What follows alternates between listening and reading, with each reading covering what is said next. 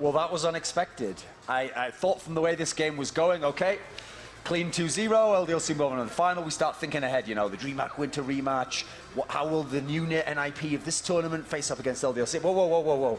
Apparently, Dignitas wins rounds on T side of Inferno now. Did you know this? Yeah, and the thing is, for me, like watching the game, it feels like LDLC actually already thought that it would be in the finals. The way that they're playing, they're just basically throwing rounds left and right. They're not even playing their own game. They're just running around. I'm actually extremely disappointed in watching LDLC's performance so far in the semifinals, because they really need to step it up. When Happy, kind of jokingly, but kind of seriously too, told me, like, you know, he showed us when they beat fnatic yesterday that they're the best team in the world. LDLC's the best Inferno team in the world.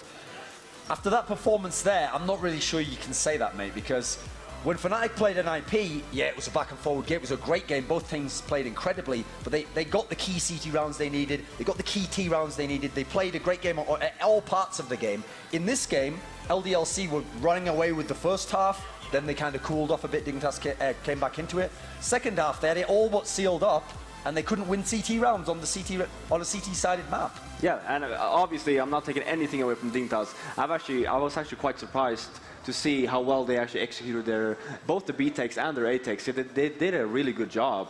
It's just that knowing LDLC, I thought that it would just put up a better fight. I really think the actual X factor on that map there was the play of dupreeh.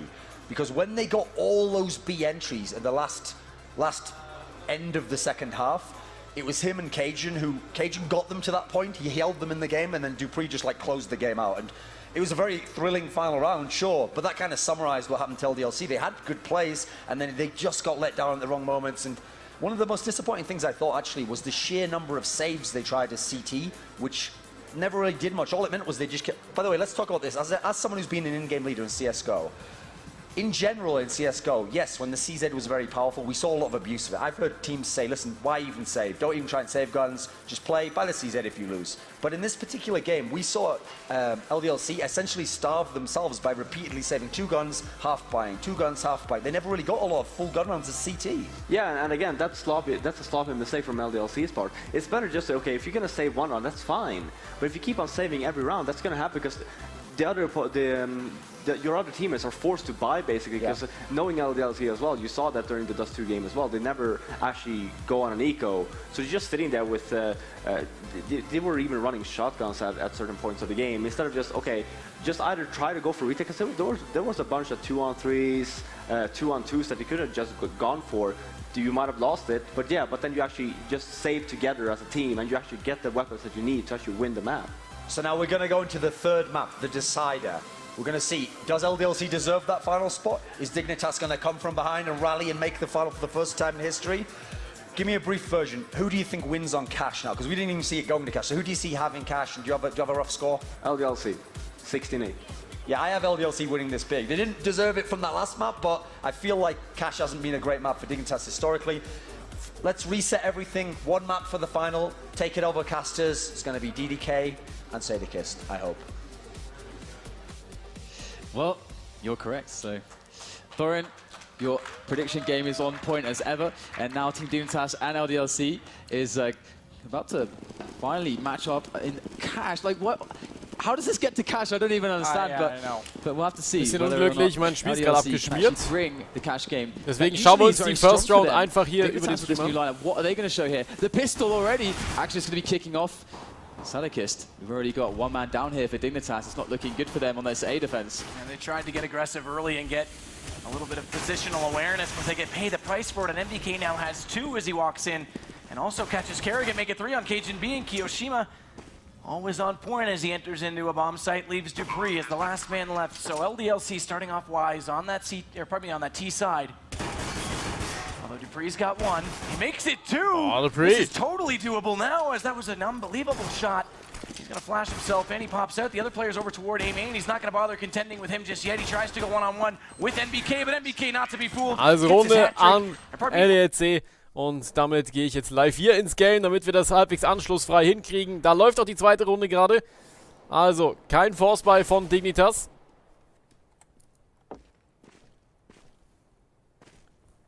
Und es steht wie gesagt 1:1.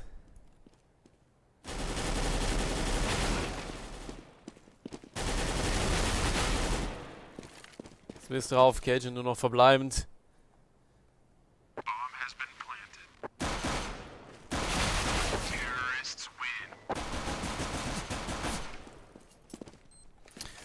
2:0.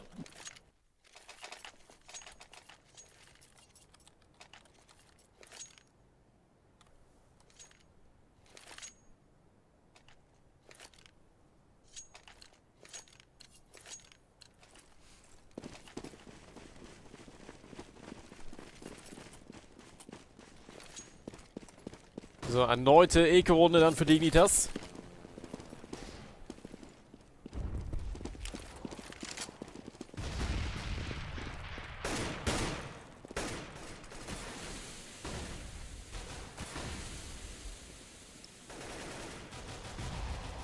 Wir laufen gut in den Stack rein. Es gibt vielleicht die Möglichkeit für Dignitas noch ein bisschen Schaden zu machen, aber LDLC einfach zu sicher.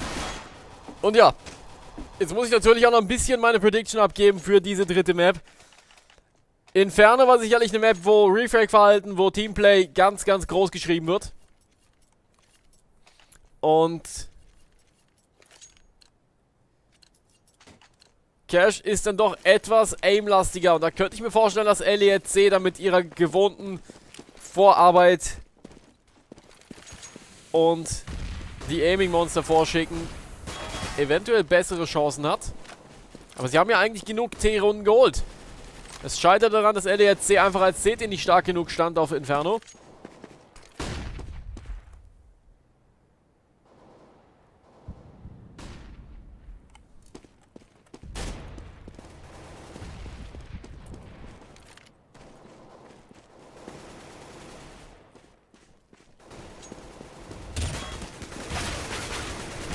Cajun.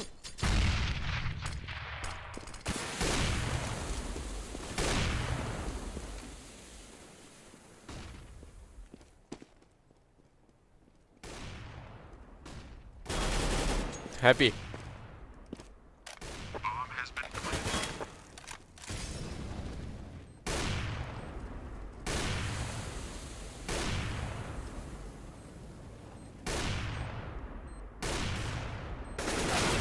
Symnix mit dem schönen kleinen Crouch da Richtung Spot.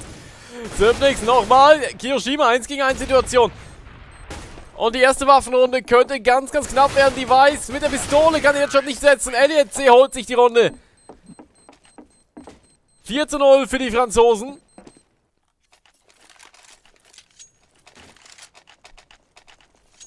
Und es geht stark los. Dignitas muss wieder sparen.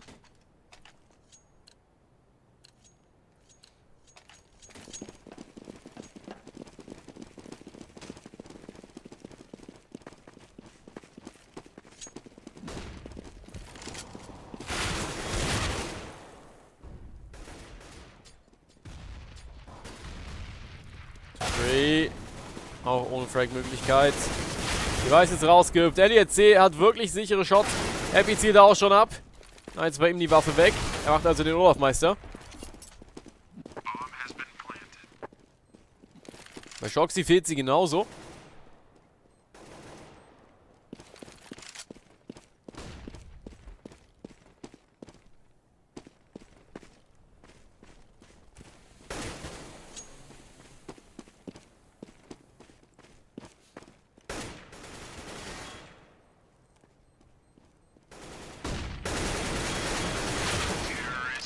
Auch Carrigan ohne Erfolg. 5:0 für LDLC.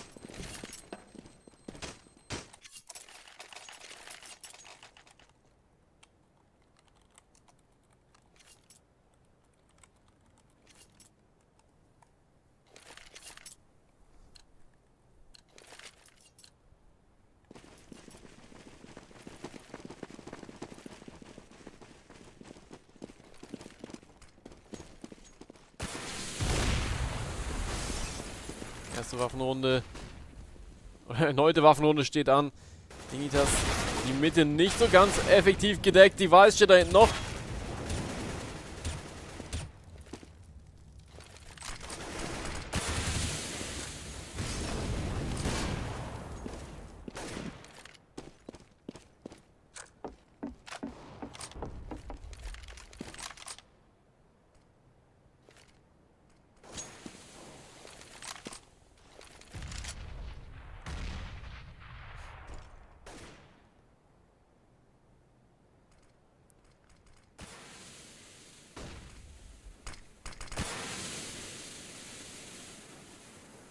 Jetzt hier die Mitte-Kontrolle. Happy ist aus dem Schach gedroppt. Der kommt dann natürlich so schnell nicht wieder weg.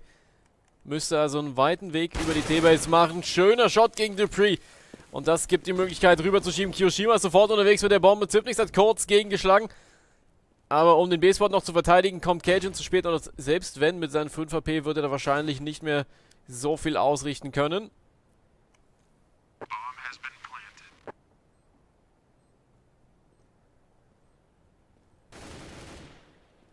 Happy ist offensiv unterwegs und das könnte ein bisschen gefährlich gewesen sein. Es war eine 2 gegen 2 Situation, das hätten sie auch einfach sauber ausspielen können. Unten kommt Zipnix und der macht den Frag. Und Dignitas holt sich die Runde. Also das offensive Spiel unten in der CT-Base, das könnte ich nachvollziehen, wenn sie in Unterzahl sind. Aber so, bei einer ausgeglichenen Situation, finde ich das ein bisschen riskant, wenn ich ehrlich bin. Aber gut, Ergebnis steht in Stein gemeißelt. Die Runde kann Dignitas niemand mehr nehmen. Beziehungsweise LDLC kann die keiner mehr geben, so rum.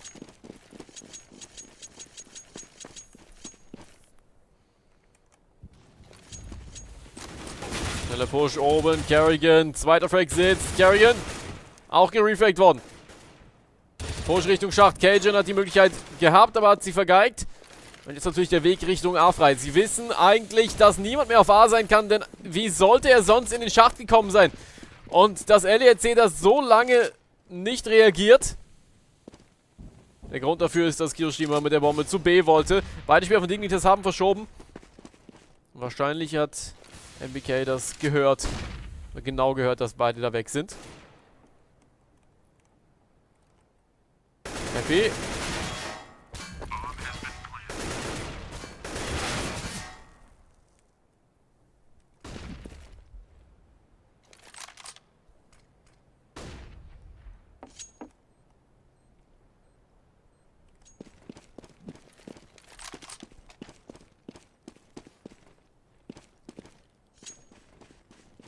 Und Dupree wird seine Waffe in Sicherheit bringen. Keine Chance, da nochmal ranzugehen. Jetzt gucken wir mal ganz schnell ins Geld rein. Jawohl, das habe ich mir gedacht. Da ist ziemlich Pleite im Portemonnaie von Dignitas.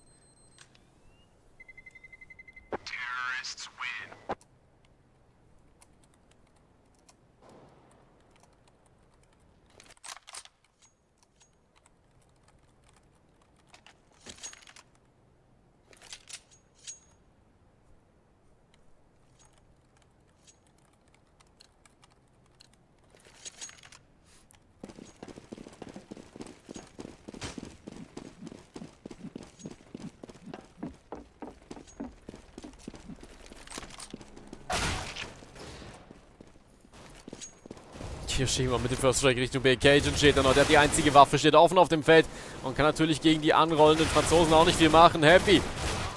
Jetzt ist er ausgeschaltet.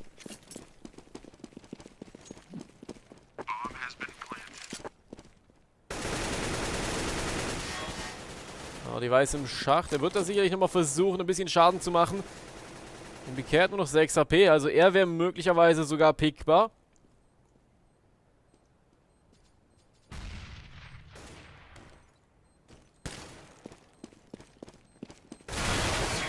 Aber der Aim Punch, der kommt direkt rein. 7:1 für LDLC.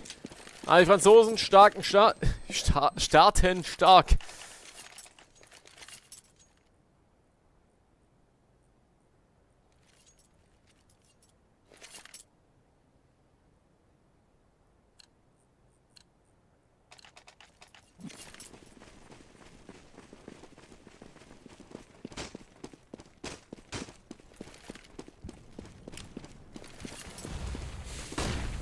Jetzt hier gleich wieder raus Richtung Mitte. Smith hat die Position an den Ziegeln schon eingenommen.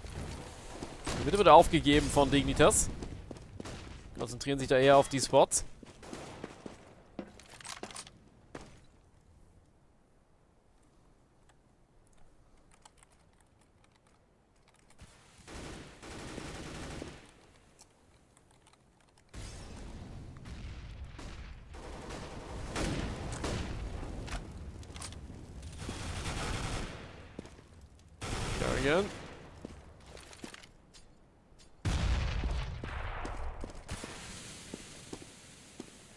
könnte eine gute Möglichkeit sein für Dignitas, wieder ein bisschen in Schwung zu kommen.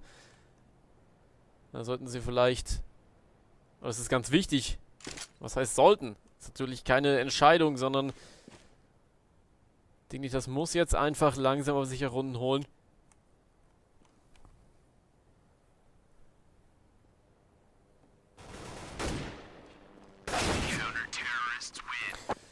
Sieben zu 2.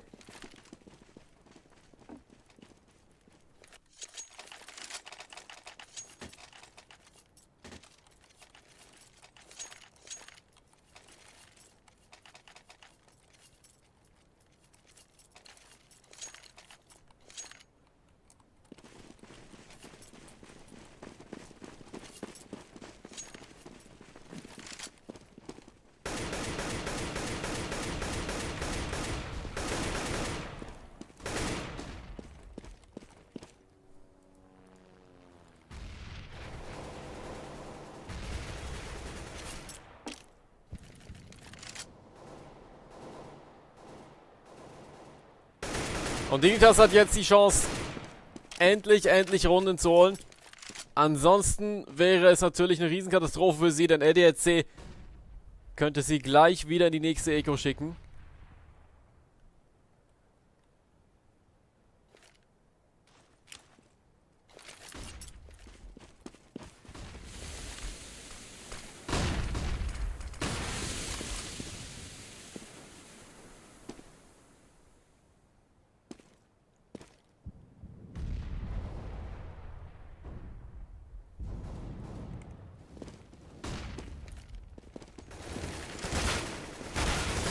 Dupree, LDLC mit dem Push und Dignitas scheint das ganz gut abzuwehren. Diesmal hat es gereicht. 3 zu 7.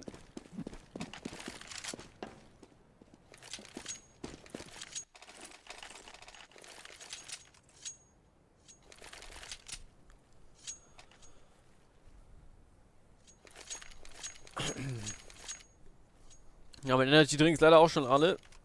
Und so langsam aber sicher wird es echt gemein hier.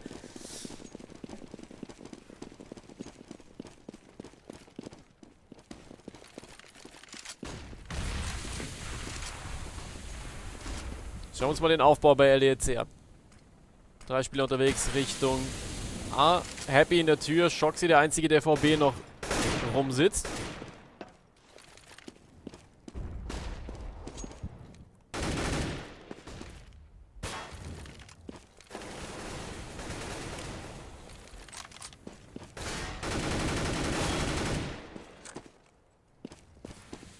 Auch hier der A-Sport relativ wenig Gegenwehr. Kerrigan versucht sein Glück nochmal aus der Arme und da kommt Shoxy noch nach. Damit kann Kerrigan eigentlich nicht rechnen. Jetzt hat er ihn sicherlich gehört, spielt aber keine Rolle. Smith, NBK. 8 zu 3, LDLC. Viele T-Runden, die hier reinkommen und für die Franzosen sicherlich das Ganze etwas leichter mit jeder weiteren machen.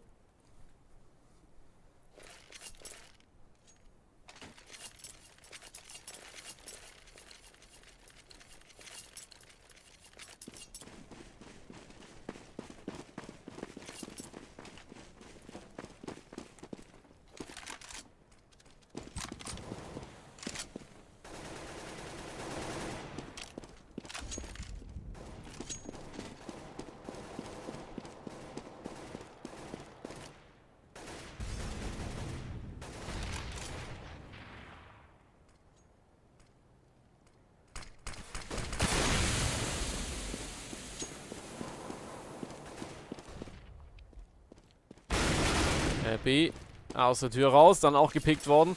Trotzdem wieder Überzahl für LDLC.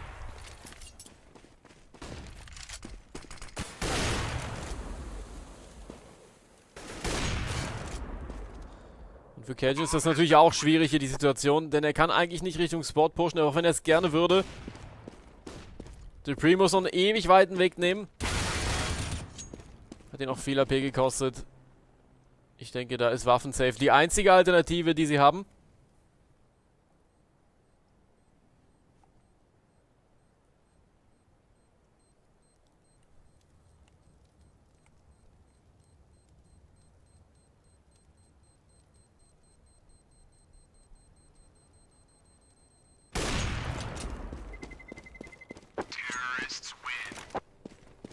9:3 für LDLC. Und ich weiß nicht, wenn die letzte Map so aussah, als wenn LDLC durch ist und es dann trotzdem noch schief gegangen ist und Dignitas da zurückgekommen ist.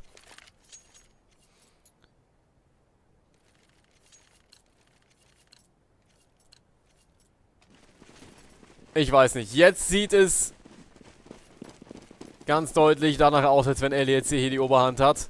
Aber natürlich wollen wir das hier nicht zu früh abschreiben.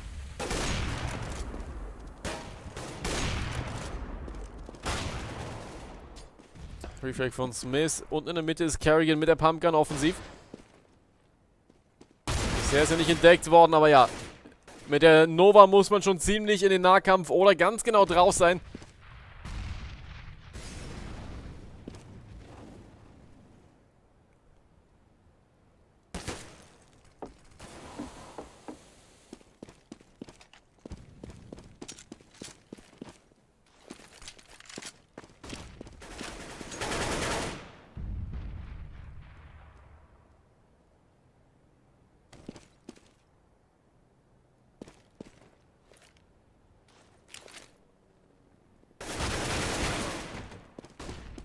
Ist auch sehr interessant, wie LDLC das einfach immer wieder langsam ausspielt. 40 Sekunden.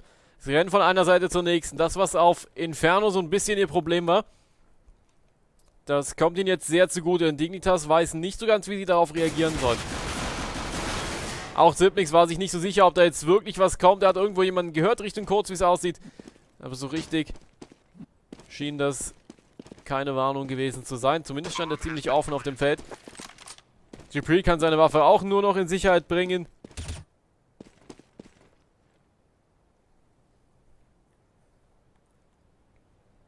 Und LDLC macht gleich die 10. Runde dicht. Man weiß natürlich nicht, ob bei Dignitas jetzt vielleicht auch einfach die Luft raus ist. LDLC spielt das sauber runter. Aber hauptsächlich auch einfach über die Frags. Und Dignitas kommt einfach nicht gut hinterher.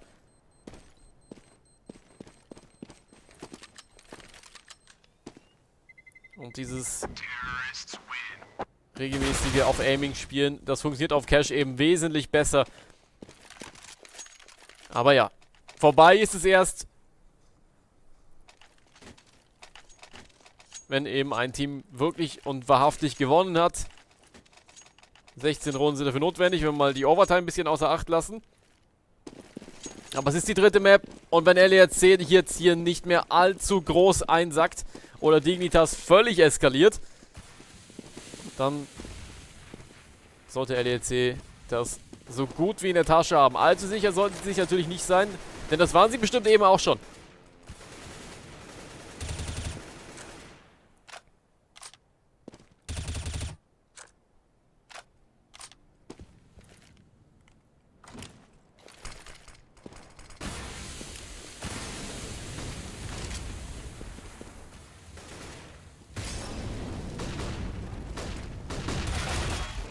Nix. Zumindest seine Position aufhalten. Und LDLC hat jetzt einen ganz klaren Wechsel vollzogen von der langsamen, wir spielen auf Aiming-Spielweise und versuchen hier und da Picks zu setzen, zu einem direkten A-Go mit Vorbereitung. Und wir sehen, wie hart das in die Hose gegangen ist. Also wahrscheinlich könnte LDLC einfach nur versuchen, weiter darauf hinzuspielen, die Jungs von Dignitas hier und da zu pieken und mürbe zu machen.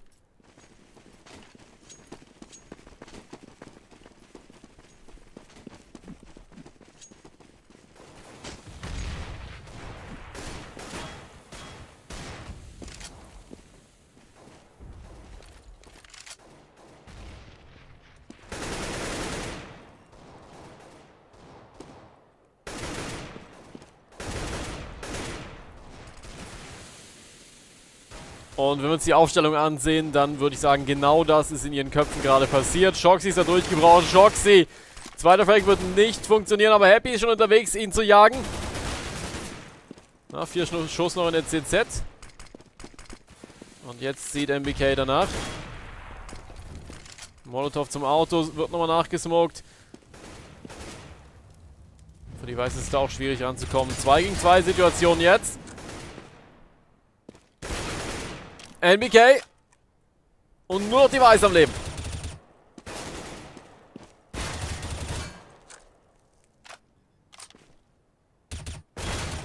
Und NBK sollte eigentlich da ein bisschen vorsichtiger sein. Keine Granate mehr vorhanden, aber wenn er die Flash da hinten hinwirft, könnte es passieren, dass NBK sie abkriegt.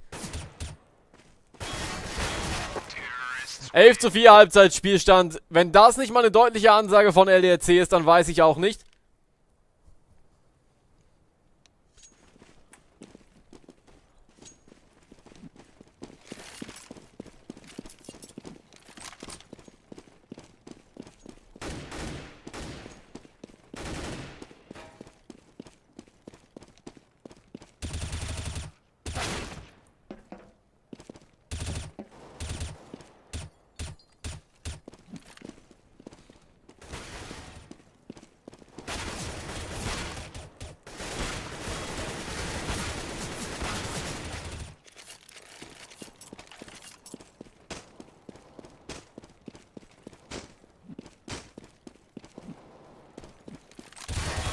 Wir warten auf die zweite Hälfte. Alle Spieler müssen nochmal ready machen.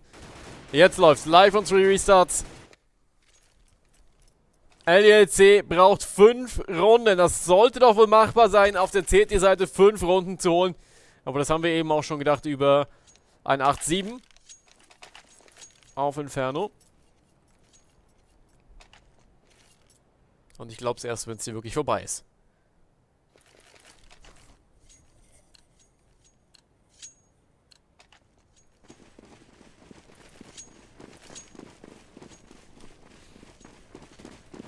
So, und morgen haben wir eine Stunde weniger Verschnaufpause. Um 18 Uhr geht das Spiel um Platz 3 schon los.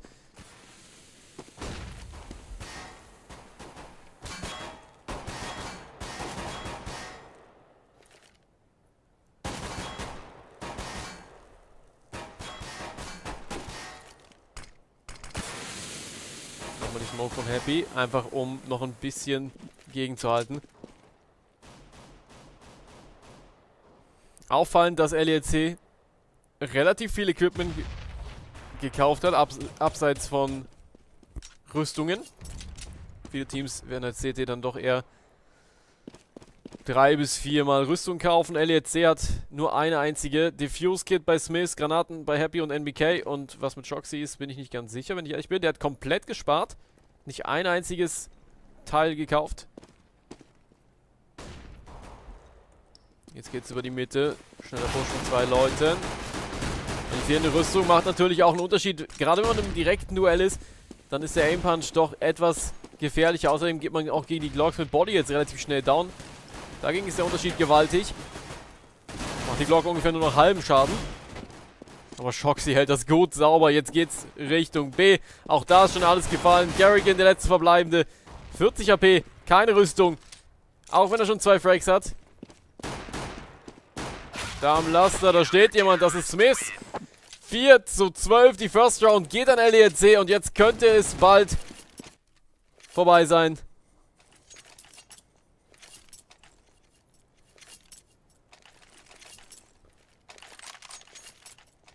Also die Map-Wahl Cash doch sehr, sehr vorteilhaft für LDLC.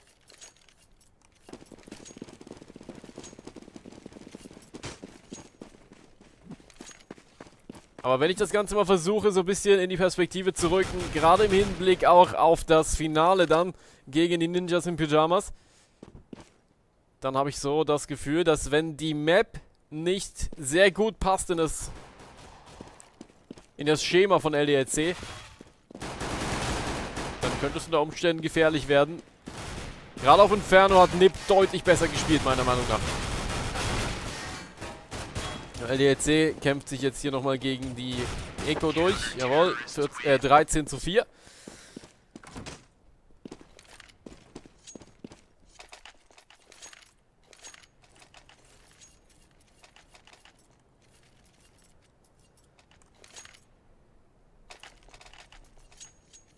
NBK 20:6.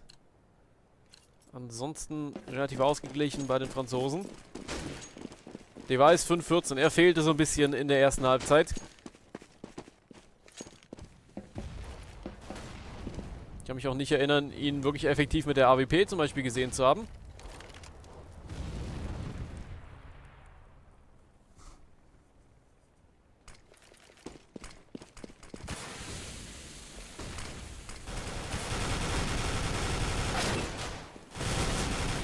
Happy. Oh, schön rübergezogen von Happy. Saustark gesprayt mit der Farmers. Alter Schwede, das muss ihm jetzt mal jemand nachmachen. Und der Early Buy von Dignitas, der verpufft komplett in der Luft. 14:4. 2 Runden fehlen noch. Und dann hat LDLC es endlich geschafft. Es wäre natürlich auch auf der zweiten Map schon möglich gewesen, aber Dignitas hat einfach einen Ticken besser gespielt. Und ja, wie gesagt, LDLC kam mir schon auf der CT-Seite etwas schwächer vor.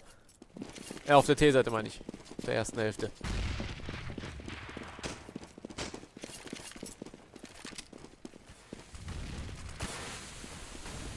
Man hat so ein bisschen auch das Gefühl, dass bei Dignitas so ein bisschen die Luft raus ist. Kiyoshima mit der Pumpgun, Shoxy. Kiyoshima läuft ja immer noch rum. Jetzt die CZ raus, weiß natürlich, dass B durch ist. Das hat er angesagt bekommen. Mal schauen, ob er die Verfolgung aufnehmen kann. Ob da noch überhaupt was zu schießen ist. Oh, Happy ist gemein und klaut ihn. 15:4. LDLC einfach drüber marschiert über Dignitas.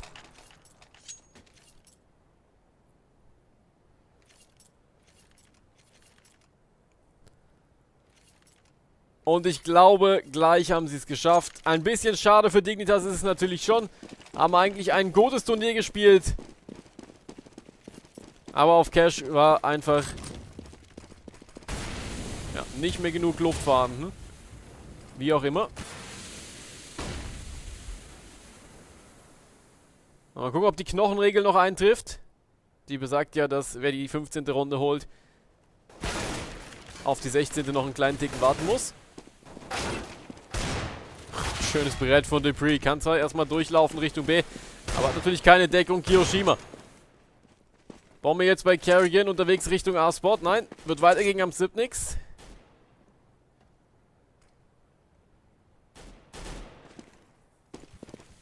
Ein bisschen schade. All das, nur dass man hier auf der dritten Map dann so untergeht.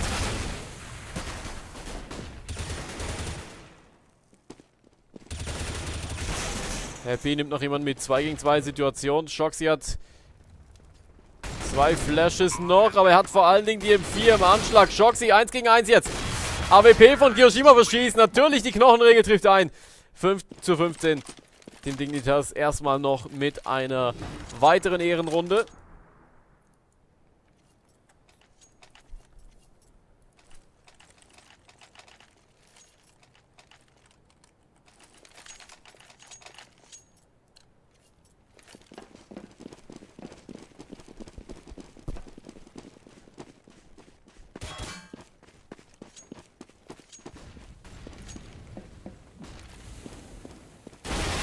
Mal raus. Shoxy, AWP von Smith. Jetzt ist die Bewährungsprobe hier. So nicht. Kiyoshima im Schach wurde auch schon ordentlich abgezielt. MBK hat da mehr Mut. Pusht einfach raus wie ein Wahnsinniger. Shoxy, schön geschossen mit der Farmers. Shoxy nochmal. Gegner ist ordentlich angeschossen. Happy macht es. Und da ist das GG. Es ist vollbracht. LDLC hat sich qualifiziert für das Finale und kann damit gegen die Ninjas in Pyjamas um 25.000 US-Dollar Preisgeld antreten. GG, well played. Und ein bisschen schade ist es natürlich schon, dass Team Dignitas da am Ende so untergegangen ist. Aber wir haben es verbracht.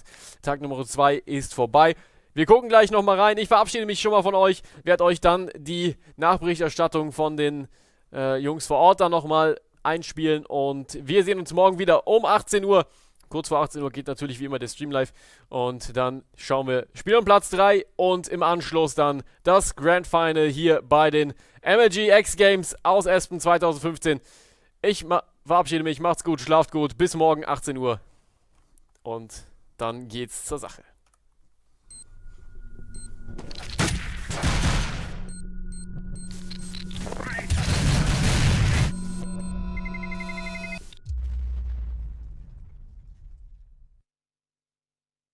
Follows them around.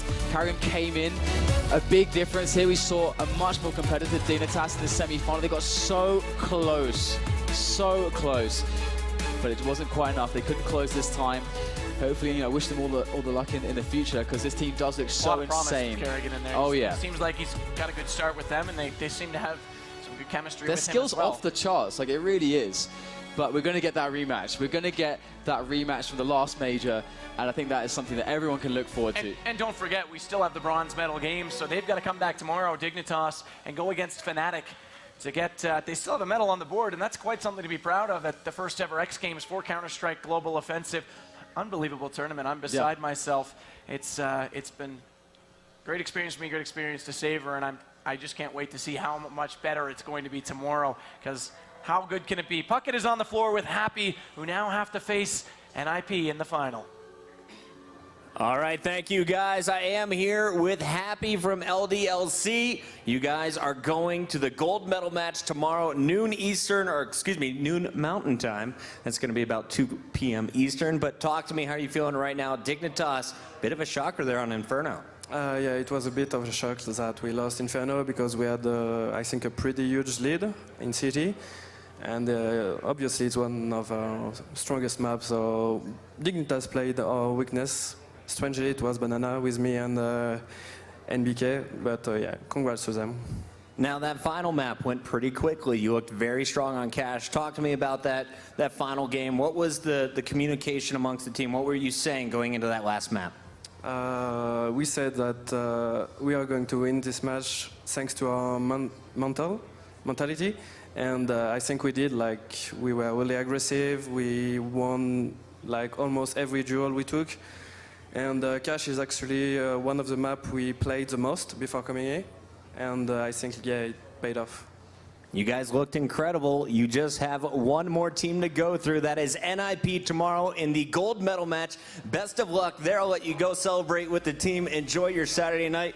Want to give a big thanks to everyone who is tuning in this evening, including our analysts. We got Thorn and Fifth Laren. Guys, break it down, the final match from Saturday night. Well, we kind of alluded to Game 2, the Inferno game. Yeah, Dignitas, they got the kills, Dupree had kills, Cajun had kills. They had some T-side rounds, but it was kind of an LDLC throw.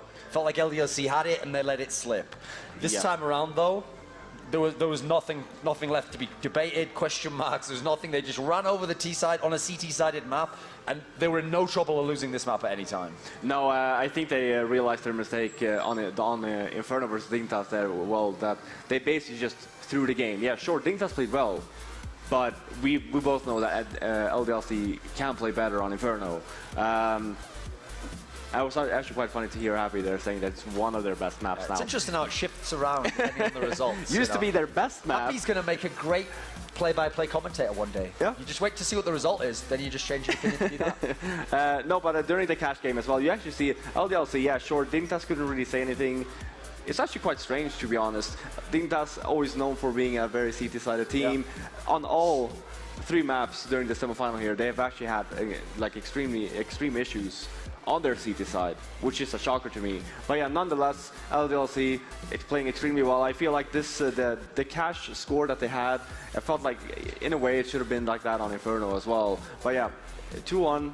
LDLC is through, and to be honest, I'm actually looking forward to actually see another rematch, NIP versus LDLC. I mean, in that series there, had it have ended on Inferno, I think I would have actually given Smiths the MVP for the series. He played a great game. His AWPing was on point. He didn't need the CZ to be the mini JW. He just did it on his own. He was very impressive. The third map, though, we've got to talk about this guy, the natural born killer. You know him from Source, NBK. This guy went 23-8, and he had 125 average damage per round, and he's playing mainly on the T side of Cash. That's a monster performance. Oh yeah, it really is, and that just shows how when MBK gets angry. I mean, I'm pretty sure he was really frustrated after the Inferno game. He's just going to give it his all because he really wants to play for that gold medal, and obviously he really showed for it. He was by far the best player on LDLC. I mean, yeah, like you said, when he gets angry, because listen, he's a guy where the emotions bubble up. Either he takes it out on the opponent, or he's going to go on that Twitter and he's going to tear it up, you know. Or, I don't know, I think it was Faces or whatever he's knocking on his keyboard. So he has yeah, he smashed his keyboard. Yeah, he has a few different ways of showing his anger, but yeah, I'm guessing, well, today he took it out on Dignitas. Okay, let's very briefly just touch on the final then, because that's the one that was setting up that. It's the rematch, DreamHack Winter. Now that time, every NIP fan's like, oh, they were so close. They were at map game series point. They had 2 chances to win. All the LDLC fans are like, oh, finally they got it together. Finally they won. Do you are you leaning either way at the moment? Are you confused? Is it complicated? What's it currently like for you? No, the thing is that's going around my head right now is that every single time I bet against NIP, during DreamHack Winter, I don't think during the whole playoff game I told them they're going to lose against Hellraisers versus Virtus Pro. They're not going to stand a chance versus LDLC. They proved me wrong today again versus fnatic. I said they're going to lose against fnatic. Yeah. Tomorrow I'm going to go the complete opposite. NIP will actually win this one. Because unsurprisingly, cried the Nip faithful. No, the thing is, I'm feeling like LDLC. You can't say I'm biased anymore because I've actually bet against NIP. I'm saying they're going to think I'm biased because I'm going to say I still think LDLC is going to win. Now, the crucial thing that worries me though is what's going to happen when they play Inferno, because they're both definitely going to play Inferno. They both love it, and if LDLC play like they did today on Inferno, they're going to lose it. Yep. So I think if LDLC can win Inferno, they'll win the series. So we're both going a different way. We'll see you all tomorrow, and it'll start off with the third place game, which is going to be 10 a.m. Mountain Time. fnatic play Dignitas. Let's see who can finish third. Team Dignitas usually finish third to fourth. Can they just knock off the hyphen fourth? They can finish third at least. Can fnatic at least show us something to finish the tournament, to finish on a high? And then obviously following that, 12:30 p.m. roughly, Mountain Time, we'll have that final. The rematch of DreamHack Winter, you don't want to miss it. It's got the potential for all the fireworks. Can Nip win their first lineup with Makaleli? This is the BenQ best player apparently. Hopefully that's the end. Hopefully that's the end of the tournament. We're going to throw it back down to Pocket to end the day. No? Apparently that's it. So I'll see you tomorrow. Get your popcorn, get your Coke. Enjoy some great Counter-Strike.